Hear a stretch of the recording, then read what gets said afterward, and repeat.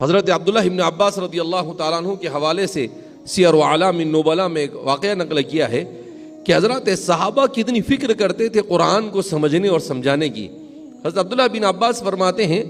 کنت جالسا عند عمر، کہ میں حضرت عمر کے پاس بیٹھا ہوا تھا تو ایک آدمی داخل ہوا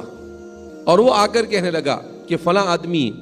اتنے دن میں قرآن ختم کرتا ہے، فلاں آدمی 3 دن میں، فلاں آدمی 5 دن میں، فلاں آدمی 4 دن میں، فلاں آدمی 2 دن میں، فلاں آدمی 1 دن میں ختم کرتا ہے۔ تو حضرت عبداللہ بن عباس رضی اللہ تعالیٰ عنہ نے اس سے کہا، ناراض ہوئے اور ناراض ہوتے ہوئے کہا کہ بھائی قرآن اتنے فاسٹ اور اتنی تیزی کے ساتھ قرآن کو ختم کرو گے تو سمجھو گے کیسے؟ اور اگر تم قرآن کو نہیں سمجھو گے تو نہ سمجھنے کی وجہ سے تمہارے اندر اختلاف پیدا ہو جائے۔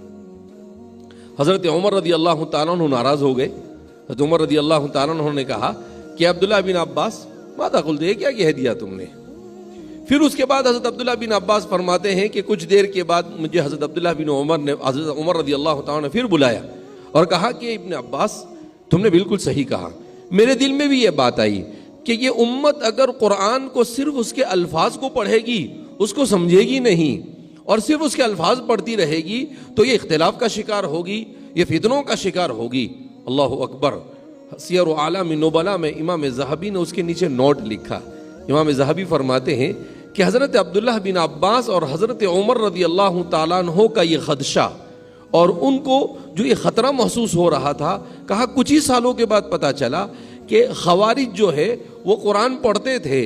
نمازیں پڑھتے تھے، تہجد پڑھتے تھے، نصف ساق تک پائجامہ پہنتے تھے، نمازیں اتنی پڑھتے تھے کہ ان کی پیشانیوں کے اوپر نماز کے نشان ہوتے تھے، خوب قرآن روزانہ ایک ایک قرآن پورا کرتے تھے، مگر وہی خوارج حضرات صحابہ کے قتل کرنے کے اوپر اتر آئے۔